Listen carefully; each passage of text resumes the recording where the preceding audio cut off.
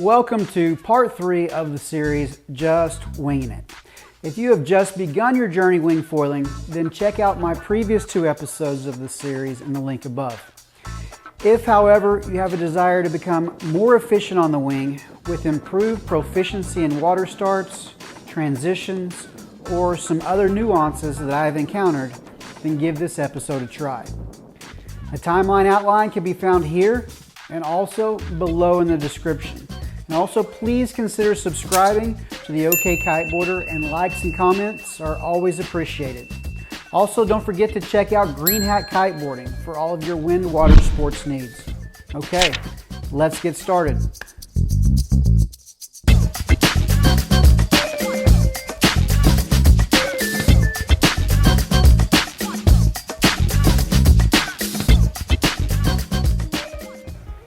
Currently, my wind sports pie chart is made up of about 60% wing foiling, 30% kite foiling, and 10% observing twin tip kiteboarding.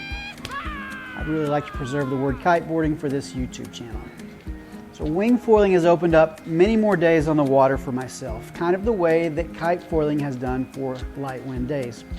But winging does it from the aspect of gusty friendly, non-directional wind dependence, and access to sketchy water entry-exit locations. So I've progressed from a 1900 square centimeter to a 1500 square centimeter front wing, which I now can ride in 12 to 13 mile per hour winds and with a 5 meter hand wing. I'm using the exact hydrofoil setup now, as I use much of the time under my pocket board with a peak fork kite. So it's an easy switch out. I've decided after observing Daniel's journey on a small volume board that it's just not the direction that I want to take at this time.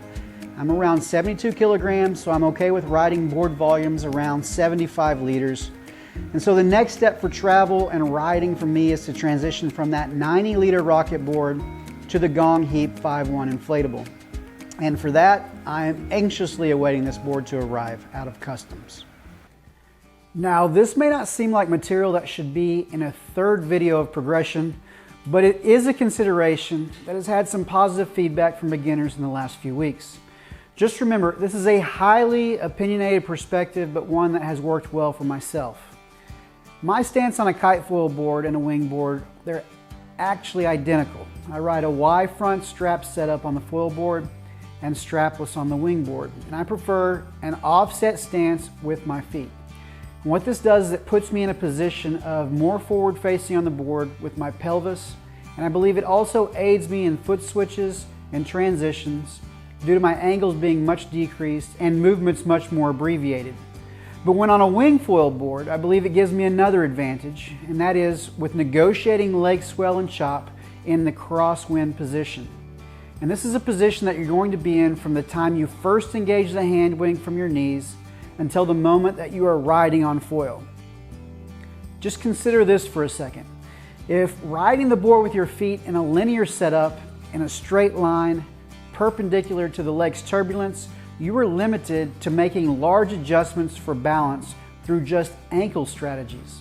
So now you have these small joints here that are responsible for correction of not falling forward or backwards off of the board in what may be 2-foot rollers coming in from behind you. With an offset stance, however, you are able to make larger balance modifications on the go through your knees and through your hips, which are much larger joints, through a much larger range of motion to recover in these unsteady waters. And it's a much more efficient sloshing position for a conservation of energy and effort. If you're not having any issues with the difficulties listed above, then don't worry about giving it consideration. But if some of these hurdles are creating frustration, then give it a try. What I have been observing in our local community of wing foilers is that when the wind is pumping, everything is easier. But when the wind drops into those low to mid-teens, there's more sloshing and there's less foiling going on. That also means that there's a lot more frustration and expletives on the water. A common issue is not releasing the rail of the board downwind to flatten and then to gain speed to come up on foil.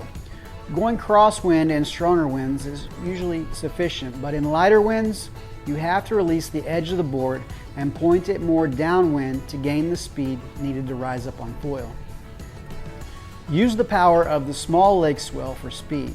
It's true, the board is more slippery with the rail disengaged, but you need to reach 7 to 8 miles per hour for lift. Don't pump the hand wing 15 to 20 times trying to get up on foil. If you haven't experienced a burst of speed and power in the first 3 to 4 pumps, then go back to sloshing and wait for that next gust. The great thing about inland lake riding is that if it's blowing 12 miles per hour, then there's always going to be a 15 mile per hour gust in the imminent future. One thing that I really love about wing foiling is that not only is it a workout, unlike my free ride kite foiling sessions, but it's an activity that works my back musculature, which is pretty foreign in the kiteboarding world. Posturally, it's a really good offset to common postural problems associated with kiting, especially with good form.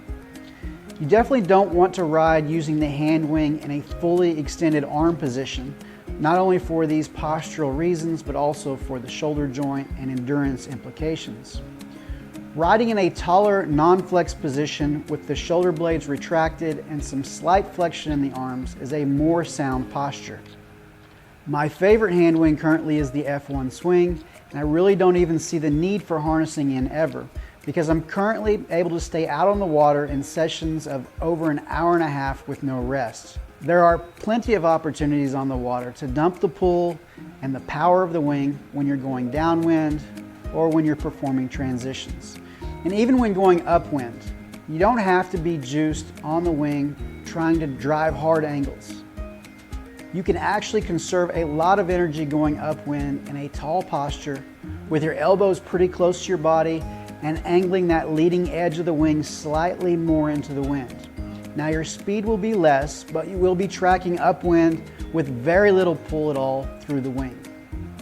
Another less conventional method to gain upwind angles, especially in lighter winds, is to pump the hand wing followed by a twist of the hips upwind, using the yaw of the foil to reach greater upwind angles.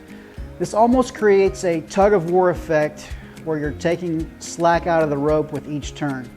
And as you travel more upwind, it definitely doesn't fall under conservation of energy, but it may be a small tip that could benefit you to gain more upwind angles for small stretches in underpowered conditions.